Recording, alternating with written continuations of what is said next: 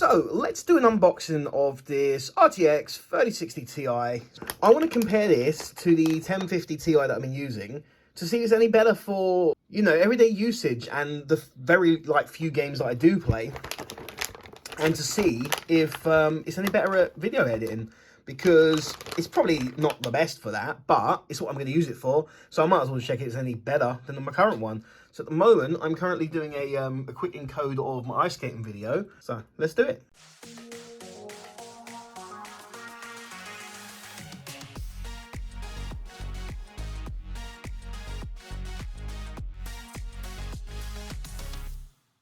So I haven't actually shown much of my computer. I built this about 2 years ago, and I wanted a really minimalistic and clean interior.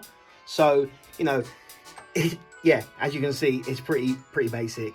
64 gigs of RAM. There's a Core i5, I think 10600K. This is the 1050 Ti that's currently in there. I have an Elgato capture card that I used to use a lot for the streaming, but you know, since I don't do the streaming no more, I don't really capture anything from the Switch. It needs a little bit of a dust in here, so I think I will do that. My main storage is actually a hard drive at the back here somewhere, but I do use these M.2s just for quick storage and for like large games. And I think it's just, I like the form that they're just in there. The cooler does its thing.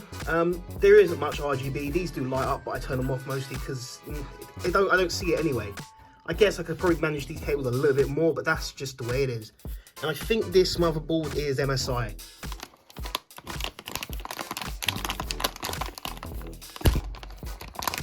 And here's the card. One of the reasons I went for this model was because it had 2 HDMI ports. Both my screens are HDMI, and I didn't want to have to like get converters and stuff. So I figured, you know what, I'll just get one with 2 HDMI. I think I paid like an extra £50 just for that. In total, this comes to about 400, which I think is reasonable. We'll see if it's any good. Then we'll find out if it's actually reasonable or not. The only thing I'm going to have to find is the yeah, the wires for the power connectors, because the 1050 Ti doesn't need extra power, so I'm actually going to have to get the bag that came with the power supply and find them there. It's empty without the computer there. I managed to find the bag and also the old box for the 1050 Ti. That's pretty cool. I didn't think I'd kept it, but I did. It's installed now. This is the only cable I could find in the bag, so I'll probably have to buy one that's a little bit tidier. If it's wrong, please let me know, because I don't understand these cables. Okay, first boot. Let's turn it on, and hopefully it's all fine and working. Let me get him booting. There we go. And here's a view of the lights on. As you can see everything. All the fans are spinning. Everything seems to be fine. Let's run the encoding test and see what happens. So after running a test, I found that the 1060 Ti was about 10% faster than the 1050 Ti.